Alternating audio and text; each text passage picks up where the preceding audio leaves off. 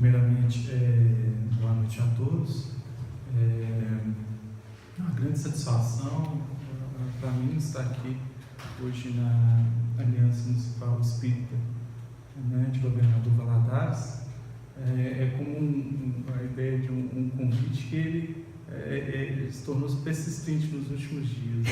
Por alguns eventos que a Casa Espírita que eu tenho acompanhado aqui em Governador Valadares sempre faz menção às atividades aqui, palestras nos sábados. Eu nunca, na verdade, pude vir em razão de compromissos familiares. E hoje,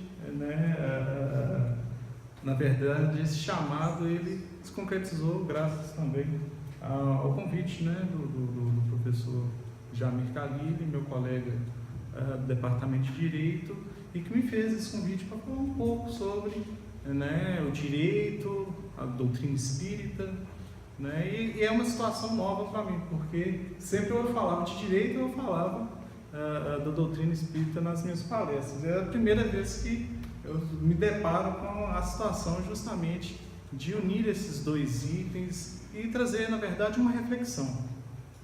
Há uma série de pontos na perspectiva da discussão de uma ciência jurídica.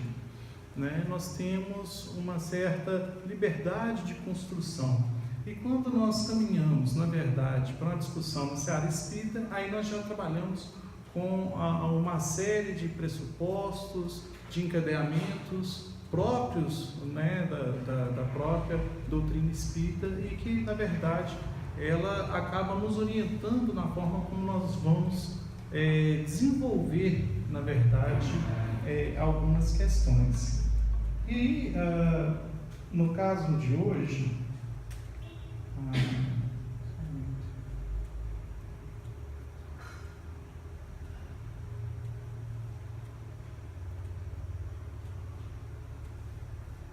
o tema da palestra seria o direito à ordem internacional e a espiritualidade.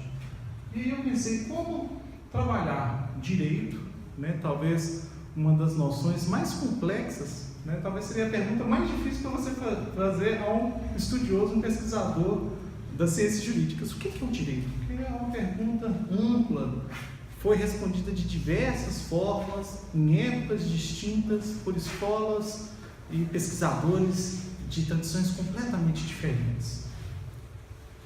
Inicialmente a gente sempre pensa no direito a partir da noção de lei, de um conjunto de leis, ou da realização da justiça, mas sabemos que as sociedades contemporâneas elas não conseguem coexistir pacificamente sem esse direito, sem a existência dessas leis.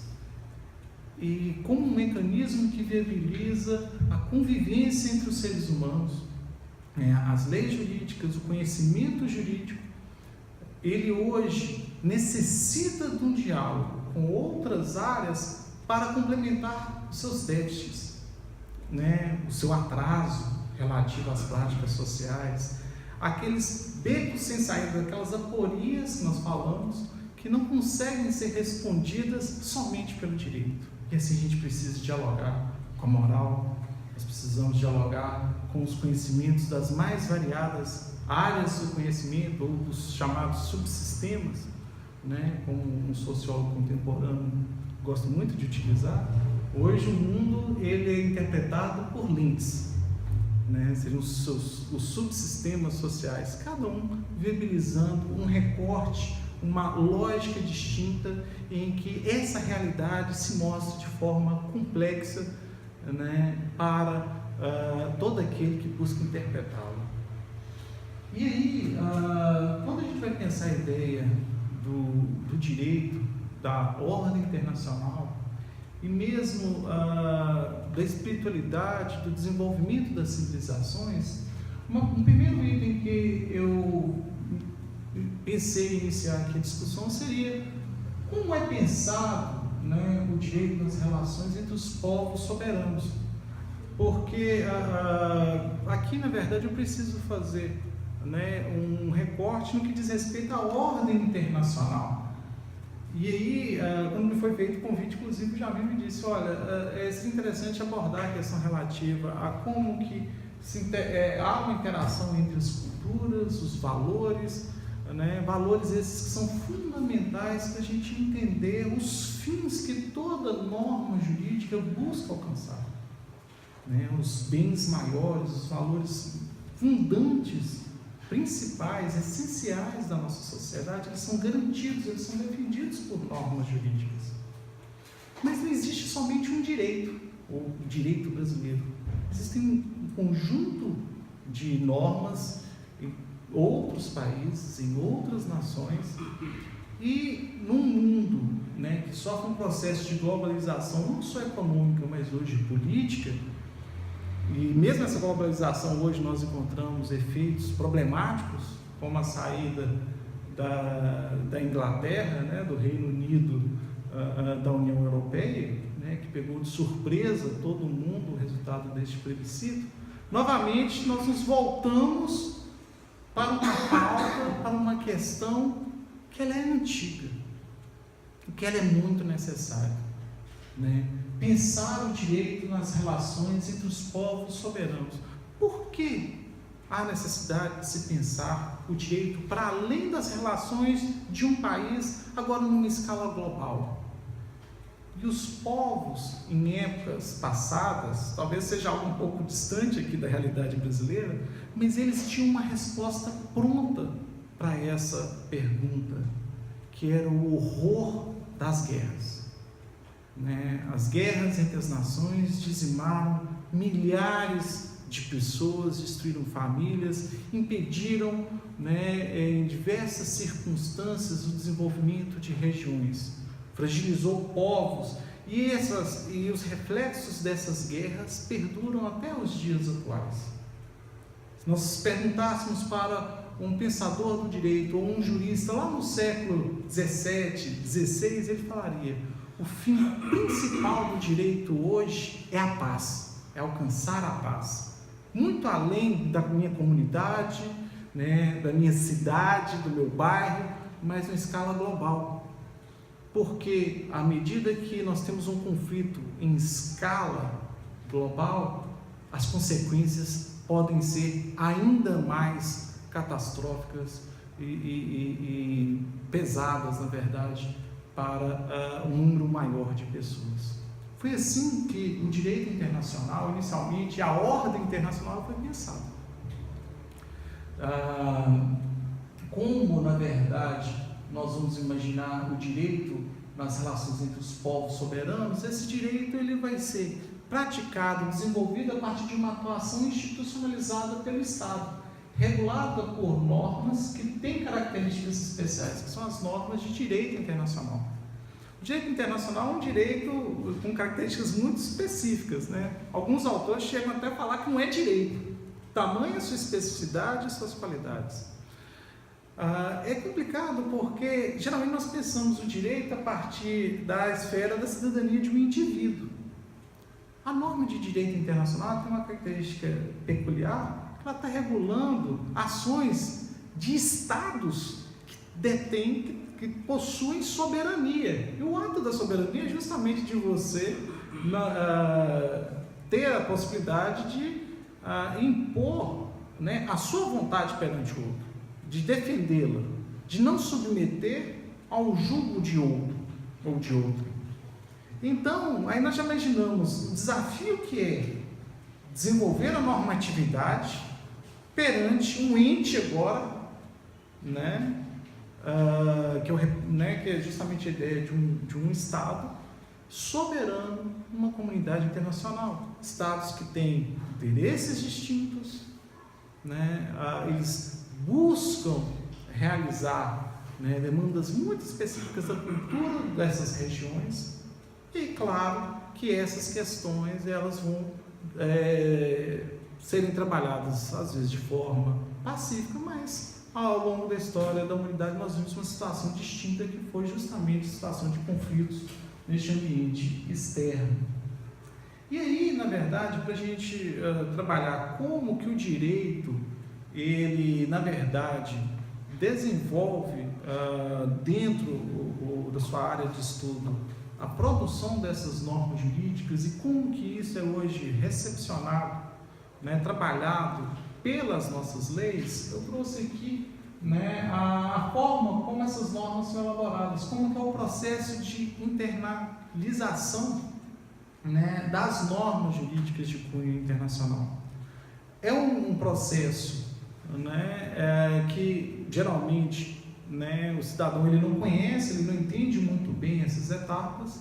Minha ideia hoje é apresentar para vocês aqui como que isso é construído e nós desempenhamos um papel neste processo de internalização e assim uma norma consegue regular, né, as relações entre o meu país e o país vizinho. Como que é possível hoje a gente falar em uma União Europeia, em um Mercosul ou em qualquer outra forma de normatividade ou de criação de normas jurídicas que vão para além do território de um Estado? E assim eu estou buscando, com esse conjunto de normas jurídicas, estabelecer, né, uma convivência pacífica, uma pauta comum, uma solução institucionalizada, né, para casos de conflitos.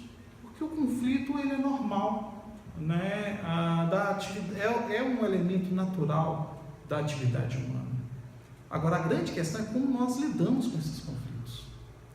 E a partir do momento que nós estabelecemos a forma como resolvemos esses conflitos, nós evitamos o arbítrio, nós evitamos a violência, nós evitamos todo aquele ato que pode fragmentar, desunir as pessoas e os povos. Então é nesse sentido, na verdade, que se instaura a relevância e a importância da gente imaginar como que esse direito internacional ele é hoje possível e ele é trabalhado dentro do ordenamento jurídico brasileiro. Inicialmente, eu achei interessante a gente fazer referência a como que a nossa lei principal, a lei mais importante do Brasil, trata a questão que é a nossa Constituição. O que diz a Constituição brasileira?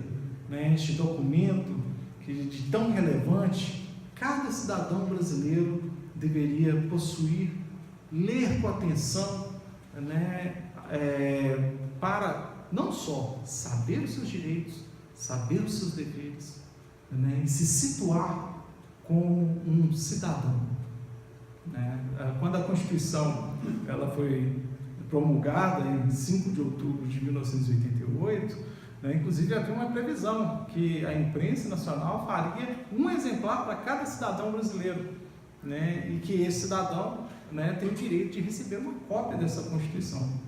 Veja que mesmo tendo essa estipulação, né, nas nossas leis, quem fez uso desse direito até hoje? Muitos talvez nem sabem, né, que basta solicitar o seu exemplar da Constituição que você irá receber no seu endereço. E aí a Constituição brasileira, que é a lei fundamental, a norma mais importante que dá início a todas as leis existentes no nosso país, ela estabelece a seguinte questão no que diz respeito às normas internacionais.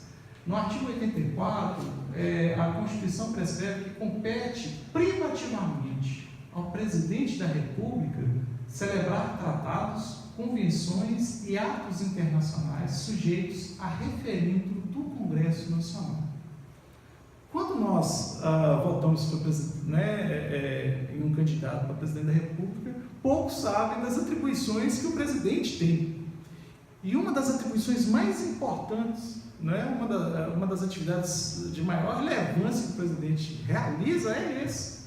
Né? Ele é o responsável por celebrar tratados, convenções e atos internacionais. Claro, todos esses atos vão necessitar ser referendados pelo Congresso Nacional. A ordem internacional ela é construída a partir do momento em que o Estado ele concorda com os termos, né, dessa norma que vai regular a sua conduta neste novo espaço que transcende a sua fronteira. No caso da legislação brasileira, para que o Brasil ele torne válido, existente essa norma, não só no seu território, mas também com a possibilidade de exigir o cumprimento